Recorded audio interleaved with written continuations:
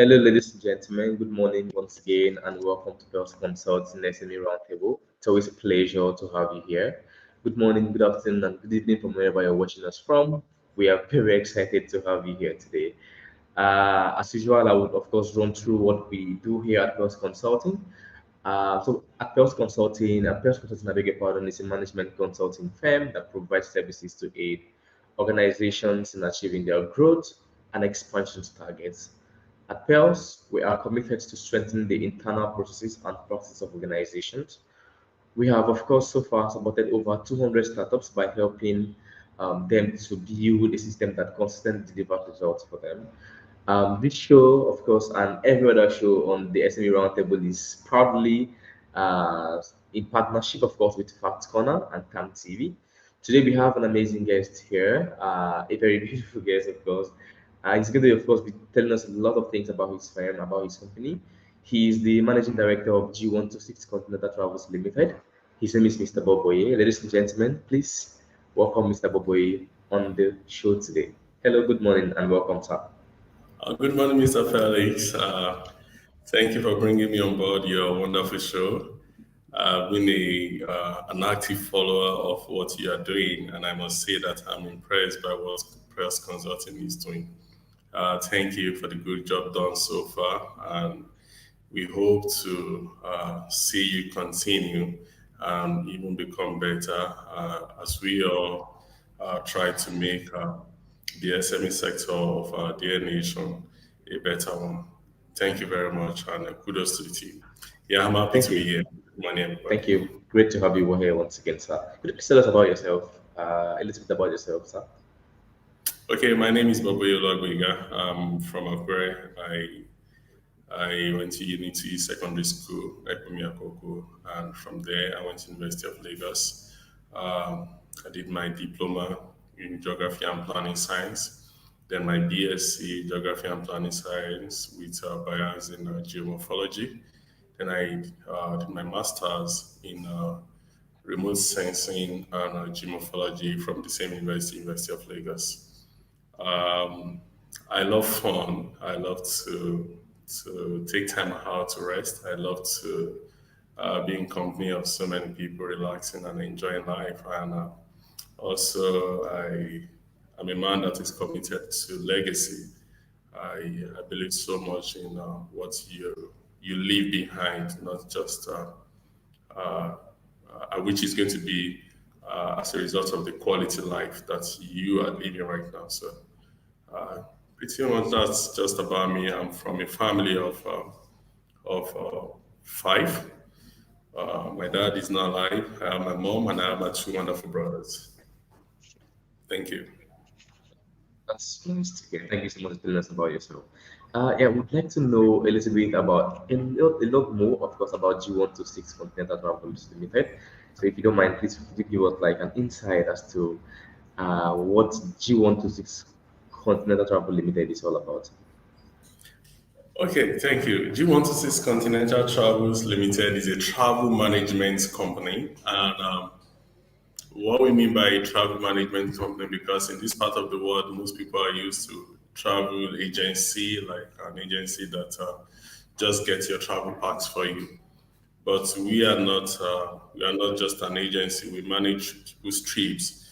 We for those that want to travel to any part of the world, we manage our trips from point A to the last point, even to the return back to the country or to the origin.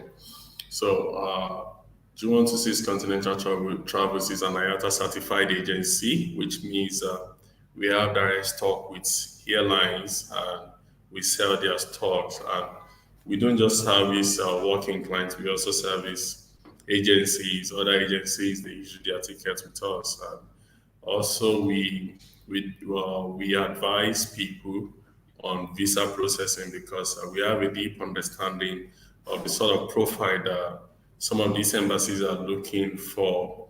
And we try to counsel people on how to go about all these things and to ensure that they don't get denied during their visa application or processing. Then we help people who wants to go and study abroad We help them to get admission and also to process their visa. Also, we do airport pick up and drop off. We package tours to over 40 countries in the world. We have over 100 DMCs partners across the world that we package this tour with. So we are a travel management company. We manage people's travels. So that is what G126 is about. Very good. Very impressive. Thanks so much for sharing that. So I'd like to know, or our viewers would like to know what prompted you to start this enterprise. G126 Travels Limited. What prompted you to start this enterprise? Okay, starting G126, I would say is a market call. It's a market call because before now I was actually engaged. I was working within the oil and gas sector, and around 2015, I realized that okay, personally, I am passionate about travels, and you get to hear a lot of people complaining about agencies or travel managing companies on how they've been treated, and I feel that it is something. It's an industry where I can come and contribute something. At least you can give trust to the people that when they patronize an agency or a travel company, they don't necessarily have to be afraid or to think that this person is out to steal my money or they are not going to perform what they have promised. So we could make difference in this particular aspect. And since I'm passionate about travels, I love to see people get from point A to point B seamlessly and not having to worry about some people who are willing to take their money away. So for me, it's a market call because there is a gap that I can feel, and so that is what prompted me to start G126 Continental Travels. And um, apart from being a market call, too, it's more of a call generally. Let's put it that way for me. Yeah, thank you. Oh, great. Yeah, that's fine. Yeah, I understand that as a business owner, as a managing director, there has been a lot of wins and a lot of losses. I mean, would you mind sharing with us like your wins and your losses as well, over the years? The wins and the lows. Okay, you know what? For every startup, I don't know, maybe for every startup, but for us at G126, we had a lot of lows when we were starting out because it's more of an organization that started from the scratch. Like Mhm. from the scratch, we started with just one palm top and a phone. And I could remember there was a time why the business started moving one way or the other. We're able to buy one other equipment because we started with just a phone and a laptop. And at the time we bought another laptop and a phone, there was a kind of robbery at the office, and the laptops were taken and the phones were taken, and there was no way to buy another laptop or another phone. And at that point, it was as if I'm actually going to quit the business and look for something else to do. Like, probably this is not for me. But, I'm a spiritual man. I pray, and everything I do, it's motivated by God. So um, I prayed, and it was actually a difficult period because the robbery took place at the office, and unfortunately that night I was working late in the night, so the armed robbers came. They met me at the office, and I could not actually enter the office for a very long time, and I was just trying to run away from here and all that. But eventually, I was able to overcome that. I would say that's actually the biggest low. Every other lows they are expected. You know that okay, there will be times that you will not have clients and you need money to actually keep improving the organizations. You are probably ready for that. But that was one low that I never prepared for, and it set me back for a very long time. more than 3 4 months, I couldn't really recover from it. But then through prayers, then I have good support around me, good support system. I have brothers, I have friends who came to my rescue, and yeah, so we're able to bounce back from that. Then the high for me is, when we started, it was just if you know how agency works, you have to be issuing your ticket from people. Like when you buy your ticket from, when you have a passenger you want to sell tickets to, after you have made your reservation on the GDS, you have to push your booking to other agencies who can actually issue your ticket. But then we're issuing tickets with other agencies, and there was so much happening. That's like I said earlier on, integrity is just something that is really lacking in the industry, and so people wants to take from you. We encounter different problems. So at that point in time, I used to tell the people we're working together, we'll have our IATA license one day. We won't have to be issuing from these people anymore. So the highs, sometimes last year around January, we got the first stage of the IATA license, which was TIDS. We all celebrated. And the big one came in September last year, where we got our full certification. So it was actually a very good one for the organization, and that has enabled us to have partnership agreements with various airlines. As we speak right now, we have 21 that we have partnership agreements with, and we said they're stock directly. We know that things can get better, but at least we are in good company as at this moment. Yeah. Amazing, amazing, amazing stuff you're doing. So I mean, I believe, I mean, you have been talking about we. So I'm very sure you have a team that you're working with. So I would like to know what has been the key to team management for you at G126 years. Okay. Number one thing now is you must understand that you are working with different people, different background. They have different understanding, different orientation, and you are trying to bring everybody to actually come together and achieve a goal. You must know that everybody are not going to approach, they are not going to go in the same direction. Yes, you want them to meet at that particular point, but they are not going to take the same direction. So you must understand people's temperament. You must understand their understanding. You must understand like the way they see. You must know that they have a proper understanding of what you want to achieve. Then you must be able to sell it to them and know that and make them believe in it. So when they believe in it, you might set or go through this direction and achieve this. But they might even have better ways of achieving that particular target. So it's been key for me, like dealing with people on individual strengths, on understanding how well they probably understand what they want we are trying to achieve. So when you have that, it is very easy for you to say, okay, now this is what you know, right? Okay, let's do it this way, let's do it this way, and results will come. So it's been key for me studying people. I take time to study people. When new employees come on board, you look at them and okay, you take your time, study them. Of course, the interview process over and over, you've picked one or two things about them. But it's not the same thing as when you start working together. Until you start working together every day, you see them every day. You see them when they are happy and when they are not happy.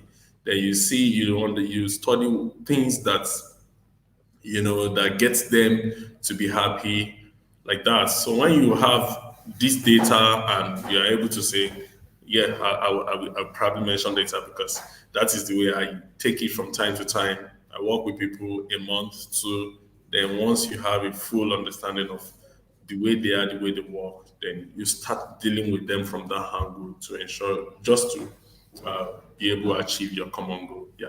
So it's been key for me. I mean, I understand the dynamics of team, how team dynamics can actually be. Understanding team dynamics how important it is, of course, to understand that, because I mean, people come from a lot of different backgrounds and different orientation, So I've actually learned about the team dynamics. Understanding it is very important. It's a very important factor to team management. Thank you so much for sharing that point with us. I would like to know again if data. I mean, we live in a data-centric world, obviously, but I would like to know, of course, if data plays any role in your enterprise, and if yes, how does that play a role, like data? Does it play a role in V126 for you? Definitely, definitely. Um, I can remember when we started, there is this particular person that was working with us as a general travel consultant. So, and usually when you work in a travel management company, you are expected to keep increasing sales and adding markets daily. So it's a task that everybody is not exempted from the office assistants to the HR to the travel consultants to people in sales. You're expected to sell. So there was this person that was working with us at the time, and I think she went somewhere to market G126 products to them. So there she was advised that, oh, what are you doing in a travel company? They are going to go into extinction very soon.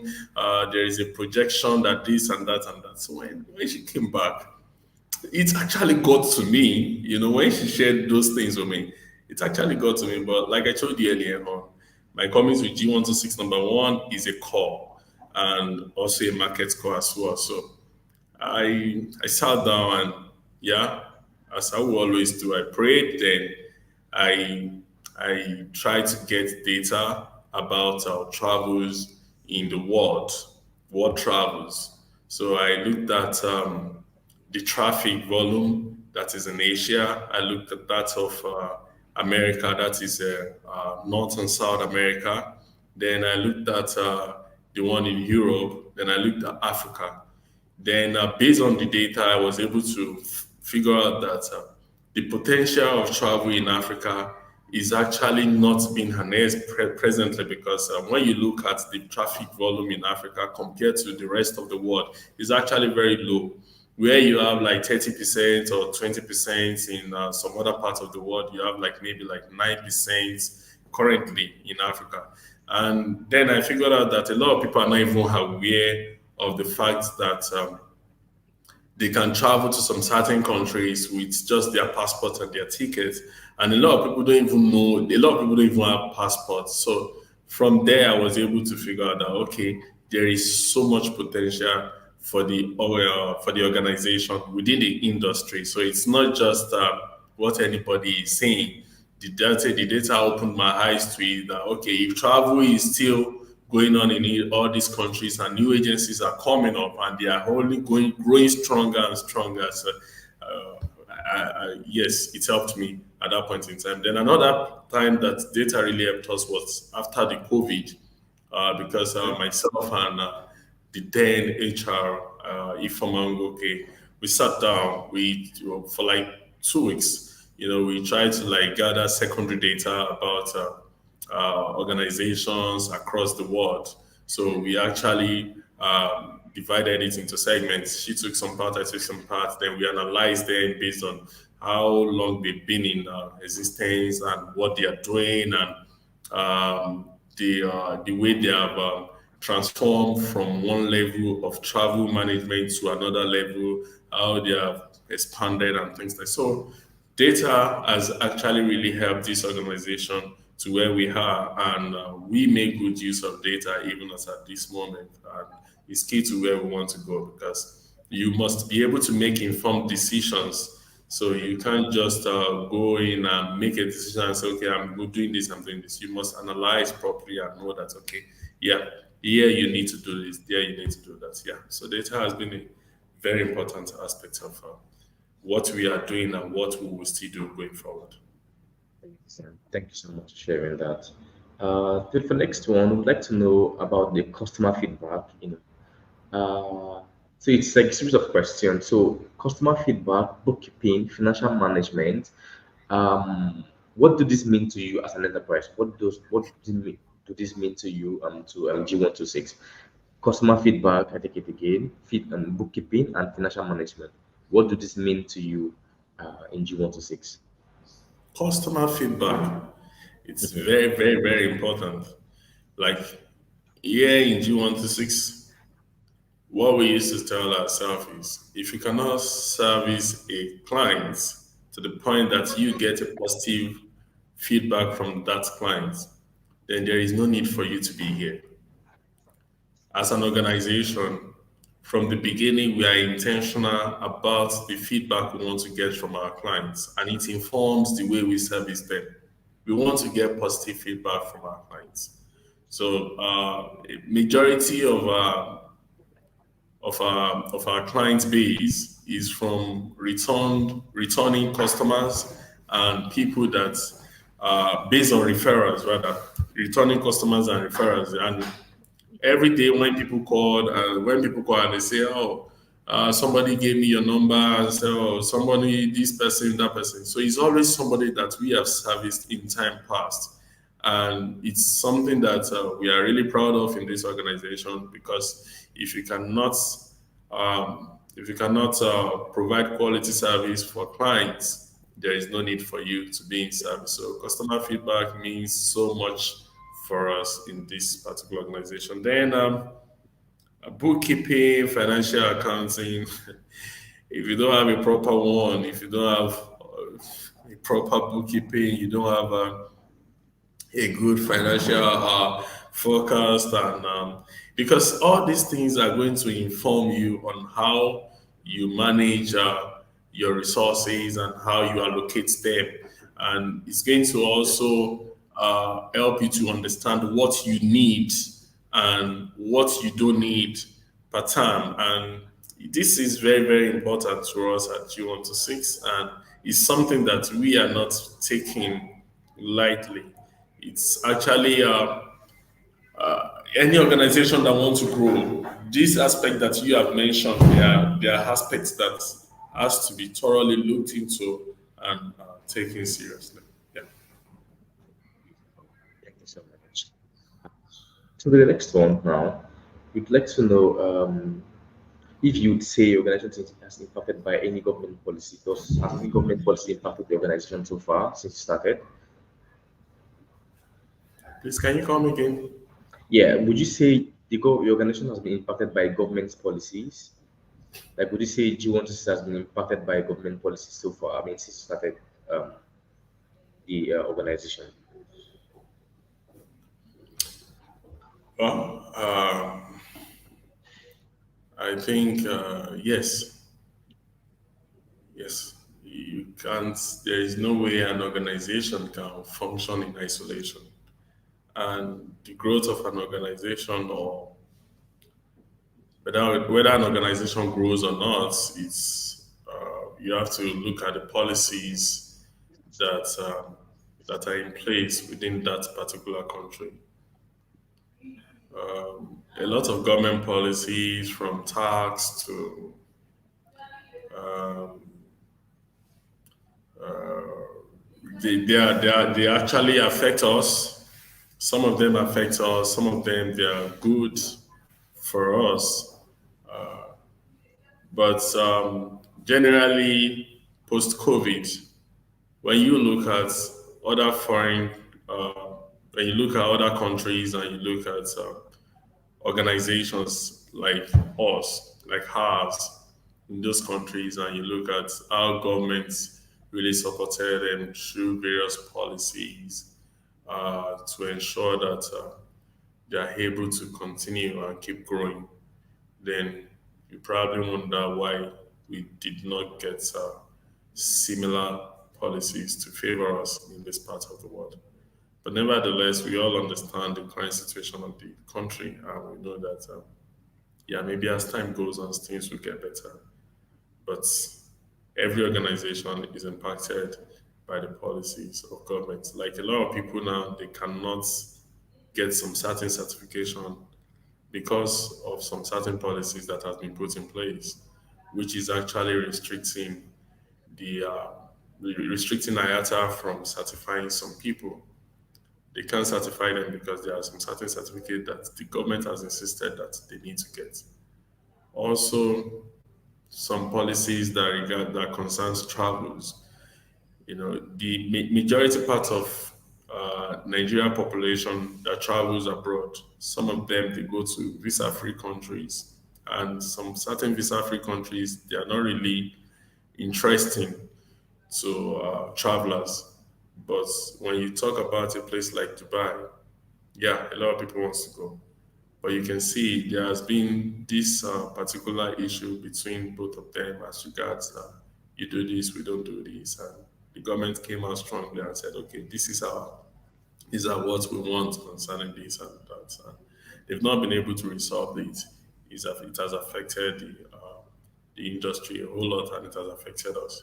But nevertheless, you have to also look at the angle of the government and see that they are making decisions probably based on certain understanding. And, yeah, but we just have to keep going and keep seeing how we can, you know, work with the policies that has been put in place to ensure that we keep the kind of growth that we desire. Yeah, thank you. Amazing. Thank you so much for sharing that. Yeah, this is you mentioned something about the COVID era. So I wanted to like, just hit on that. So the pre and the post COVID, between pre and post COVID, of course, how has it been for your business? How has it been for your business so far? I mean, pre and post COVID, because I know that the traveling agencies got really, really by the entire COVID pandemic. So I really would like to know how it was for you pre and post COVID for your family. Yeah. Okay, pre-COVID, travel was lovely. It was excellent. Like it was, the saying that you don't know the value of what you have until you lose it is actually real. Okay, because COVID has actually really made us understand that what we had then was diamond, and because I don't know when and how that can actually come back. Before COVID, when somebody says, "Oh, I want to go to United States of America," you just check the system and you get the cheapest airlines.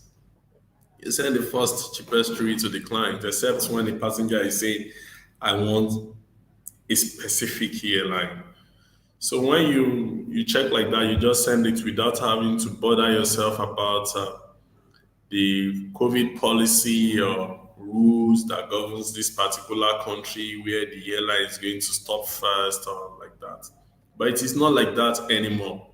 You just give passengers, okay, here Cape Verde can take you to New York, 200,000. This one can take you to this, 500,000.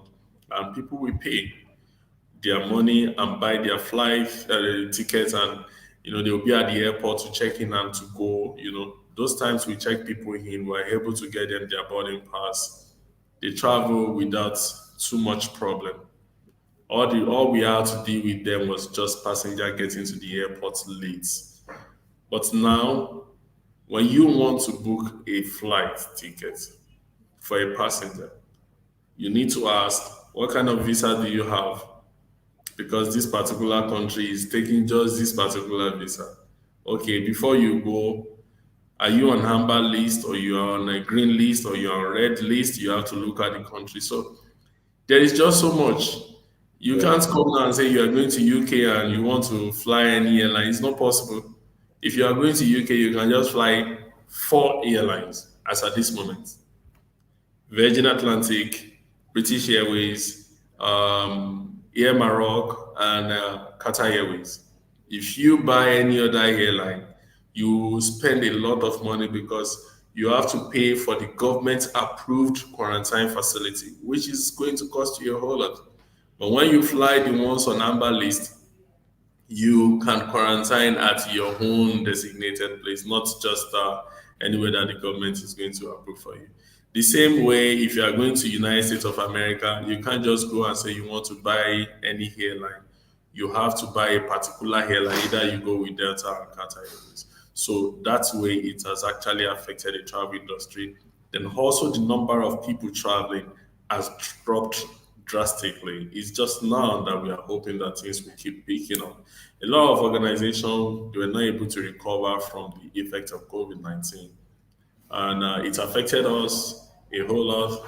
Some people left, and we had to start the process of recruitment here and there. So it's been an eye-opening and period for us, and I'm sure it's going to help us to prepare for the future. Yeah. Amazing. That's fine. Yes. So, quickly, I would like you to answer this one. Do you engage like consultants? Do you engage We, consultants, and if yes, how of beneficial has that been? Yes. Of course, we engage consultants, and as a matter of fact, Pels Consulting is working with G126, and they've been part of our story from the beginning. Everything we have done in G126 Pest Consulting, they've been there for us. For 2 years now, they've been the one organizing our strategic session at the end of every year to create the the targets and the goals for the year and how to achieve them. So we've been working with consultants and pest consulting. We've been working with them, and also we're trying to see if we can still engage. We are hoping to hit because we are one organization that wants to do better than last year. We want to do better than yesterday. So if we have any consultant that we feel that they can actually help us to grow, of course, we'll engage their service because we know that you can't grow in isolation. You need people who can contribute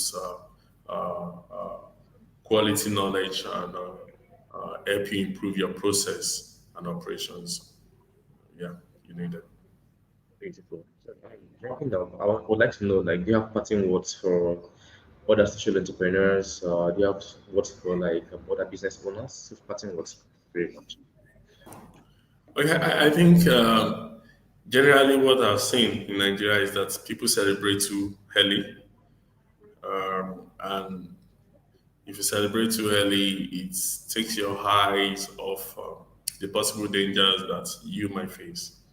So, but if you keep your feet on the floor and keep going, yes, of course, there is no limit to what you can achieve as an entrepreneur. But don't underestimate the rage, the sea, the turbulence. Don't underestimate it.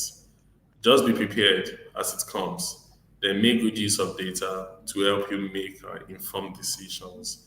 And if you find yourself in any area that you know that you don't really have a first-hand understanding on how to deal with it, please engage the service of those who can help you. Learn to focus on your core area. The fact that you can score 75A and 78A and 79A in three different areas doesn't mean you have to focus on the three. Focus on 79A and see how you can improve it to 100, while you let somebody who can score 85 or 90 in where you have the capacity to score 75 and 76 respectively. Let them handle those areas for you so that they can keep improving it. So if they can keep improving it and you can keep improving in your own best area of strength, it's just within the shortest possible time you are going to be able to achieve excellence in what you do. Yeah, thank you very much. Very impressive. Thank you so much, Mr. Boboye, for being here with us today. It was great, really, really great, and interesting having you with us. Um, Thank you we have very come much. to the end of the show, and we appreciate your presence so much. I believe our listeners have been very much impacted by everything you've said here today, and they've also learned a thing or two from here. Personally, I've learned quite a lot, and I'm very happy that you were able to make it to the show today. Thank you once again for your time, and we appreciate you, sir. Thank you very much, Felix. Sure. All right. Listeners, thank you so much for being great listeners. Of course, we have come to the end of today's show. Um, of course, you can always watch these videos again whenever and wherever you like to watch them. They are all going to be on the social media platforms. Thank you so much once again, and see you on Friday, same time and same station. By same station, I mean, of course, same social media platforms. Thank you so much for your time and have a lovely day and weekend. Bye bye. Okay.